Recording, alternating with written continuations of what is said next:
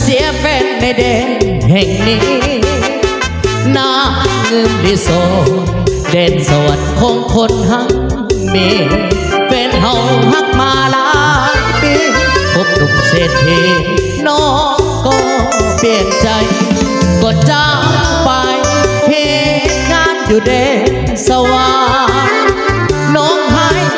คำมันสัญญาว่าสิบ่หาใคร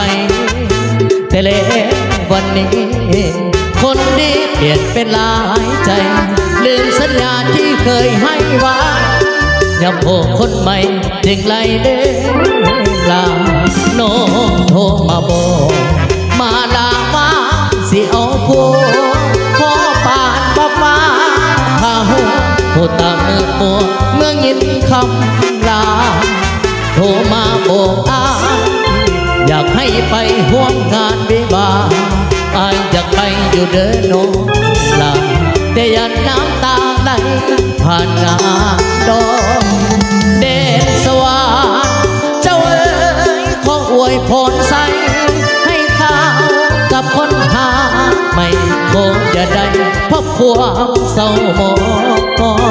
คนจนบุญน้อยจำต้องถอยห่างแม่เนื้อทองสา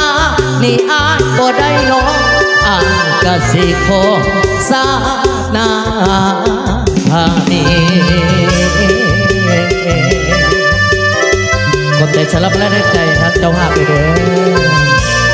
คนสุภาพเก่งแห่งโซมาน้ำรู้เลยเจ้ากันเนาะ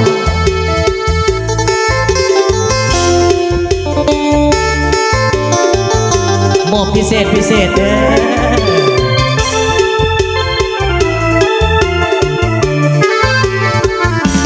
น้องโทรมาบอกมาลาว่าสิเอาผัวพอบานมาฟ้าข้าหัวผู้ตามืดมัวเมื่อยินคำลาโทรมาบอกอยากให้ไปห่วงงานวิวาอยากไปอยู่เดินลงลา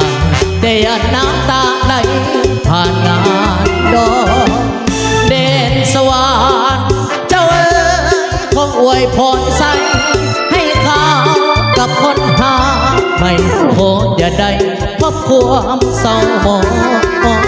คนจนบุญน้อยจำต้องถอยห่างแม่เนื้อทองสานี่อายบ่ได้น้องอายกะสิขอสาดนา